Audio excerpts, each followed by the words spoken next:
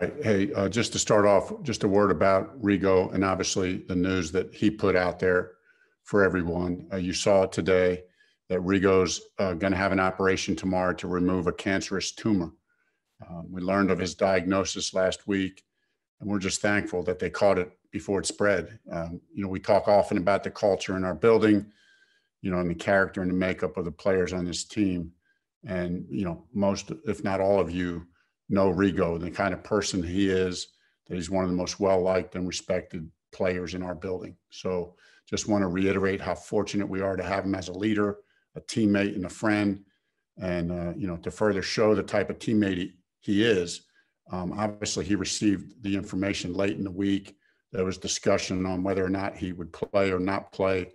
You got to just know Rigo to know there was no way he was going to let the team down. And so he consulted with the doctors and decided to play in the game. So, and played great. He's just a true competitor.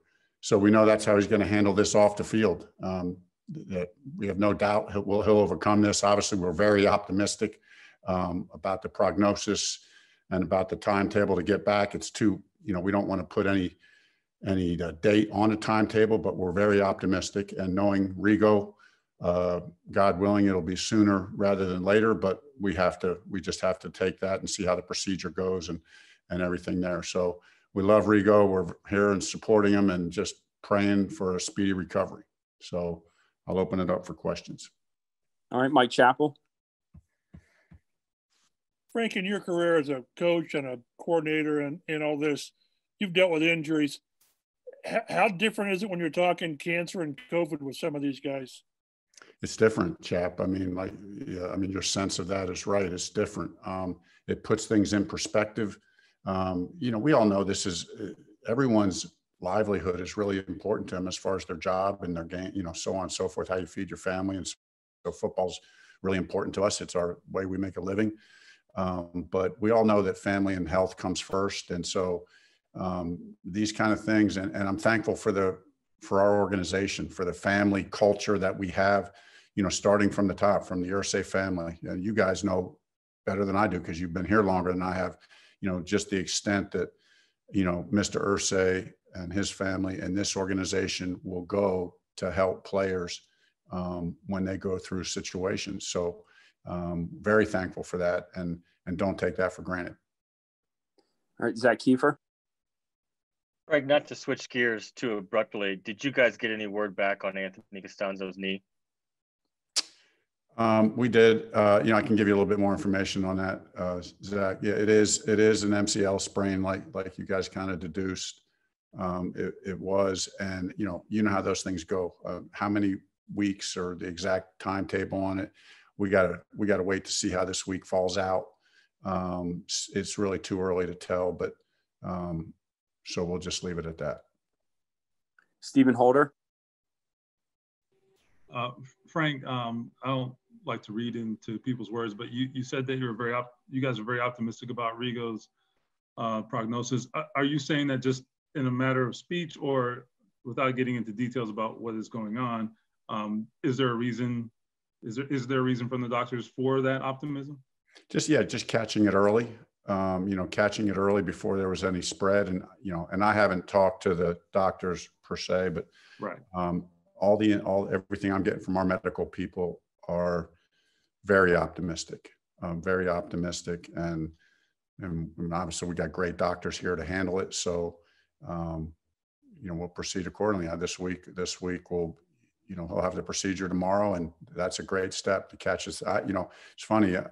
This probably isn't saying too much, but had a conversation with him. When you're an athlete and you're constantly challenging your body, you probably feel when something's not right a little sooner because you're constantly challenging your body. So the conversation I have with Rigo is maybe, it's a blessing in disguise that he does what he does for a living, where he's pushing his body all the time to feel something that doesn't feel right and to get that checked out. And so to catch it extra early, I think is very good.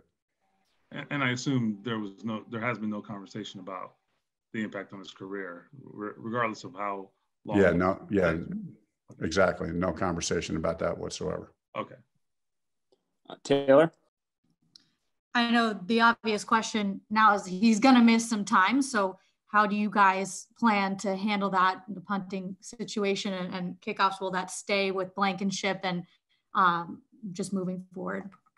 Yeah, obviously last week Chris got on that real quick, as far as, going right to our, like every team has, our short list of people at every position, our short list of punters. And so that process is already underway, and we'll have no time, getting somebody in on time for next week's game. Jim Aiello. Yeah, Frank, I mean, having gotten a chance to watch the tape, I assume, what did you think about the guys that had to step in yesterday, guys like Raven Clark and Danny Pinter?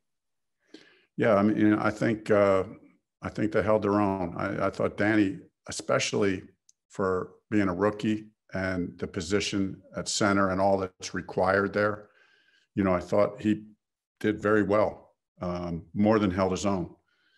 Showed a lot of good things. Chris and I were talking about it this morning, when we watched his tape from college, just, really projecting him as a guy who could be a really good backup center and more than that one day if he continues to develop. But we're very happy with the way Danny played, and he did a good job. And LaRaven did a nice job as well. I mean, there were, when LaRaven first stepped in, there was a series or two that was, that I think took a second, but then LaRaven settled down and played solid the rest of the game. A quick follow-up on that is just any update on how Ryan Kelly is doing and if he'll be available this week? Yeah, Ryan's making good progress. We're fairly optimistic. We're fairly optimistic, but we'll have to see how this week goes, but feel good with his progress. Mike Wells. Hey, Frank, I wanted to ask you, after the situation in Denver with their quarterbacks yesterday, who was your emergency quarterback? Yeah, I mean, that's something, Mike, that I probably won't share here. I mean, we obviously have a depth chart of emergency quarterbacks that's lined up. I will tell you this, Mike, that we have an emergency quarterback wristband that's already made. We take it to every game. I mean, we take it we have it ready. We haven't, so it's at every game. And we've talked through that stuff. I guess I'll just leave it at that.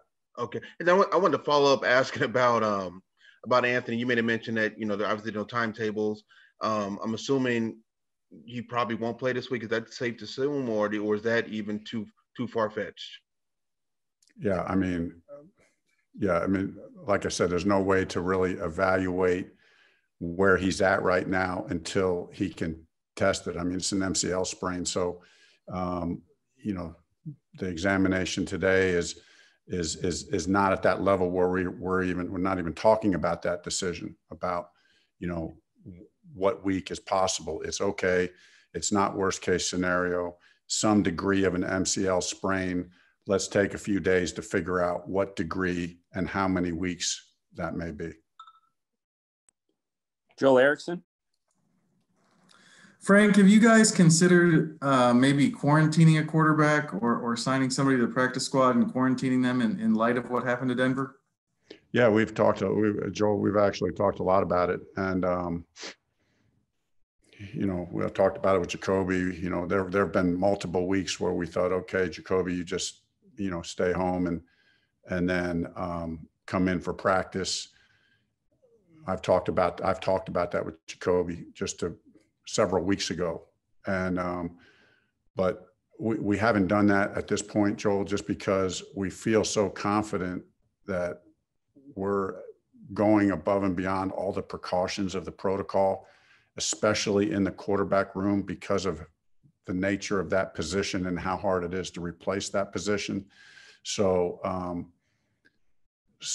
just feel very, and then Jacoby and Phillip and Jacob they're just extra, they know as quarterbacks what that means on this team. So they're taking every precaution. And so I give those guys a lot of credit. So at this point, we felt like we can keep everybody in the building because of the responsibility that those guys are putting on their own shoulders. Okay, we'll go three more. Kevin Bowen. Hey, Frank, I think I know your answer to this, but I'll ask it anyways. Any thought to moving a Braden Smith or Quentin Nelson to left tackle if AC has to miss time? I know those guys, I don't even think they've ever played tackle in their college life or left tackle, but. No, but you're right, Kevin. I mean, yeah, we talk about every scenario. You know, Chris and I were talking about it early this morning. I talked about it with the offensive staff. Every option gets discussed. I mean, that's just, you know, us doing our due diligence. You know, you have X number of guys, so there's X number of combinations, and it would just be the responsible and the prudent thing to do to look at all those combinations and what are the pros and cons to those conversations. So that was a discussion. And then was Buckner asymptomatic or symptomatic with his situation? Yeah, Chris and I have made an organizational decision that when it came to the COVID cases that we just weren't going to get into who was symptomatic and who wasn't, and who was asymptomatic. So for personal reasons. Mike Chappell.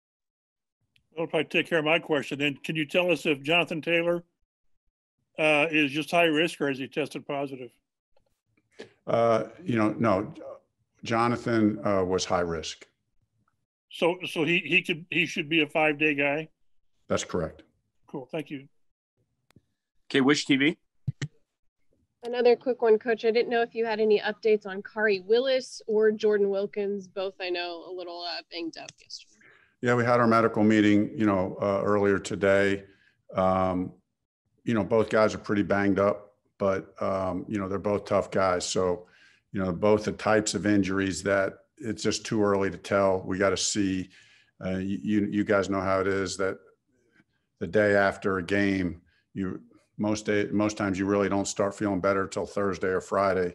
So it's just going to take a little time to see, you know, how quickly they heal as to what their status will be for this weekend. Okay, we had two more come in real quick. Stephen Holder and then Zach Kiefer, and then we'll call it.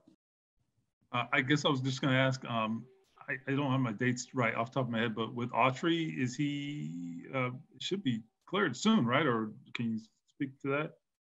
Yeah, we're optimistic with the guys that have COVID. They're making good progress.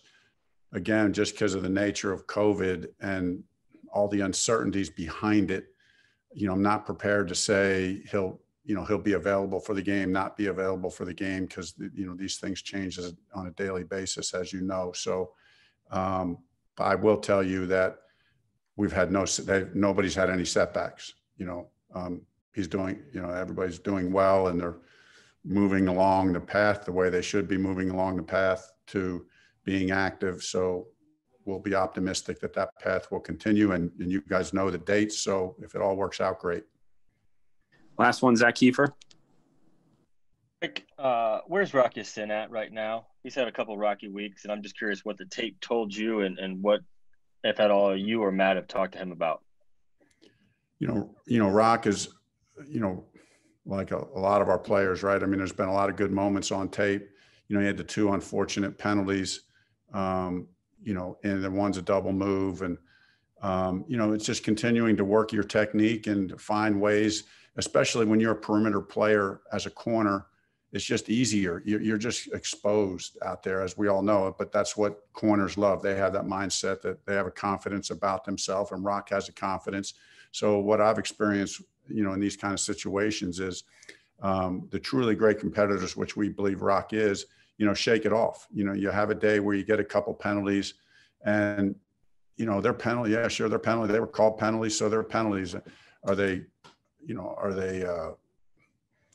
crazy penalties? No, I mean, it wasn't terrible on his part. There's some contact. It's going to get called. So you got to shake it off. You play that position, you got to be able to shake it off and line it up the next week and show that you have the confidence to line up against the best and play winning football the next week.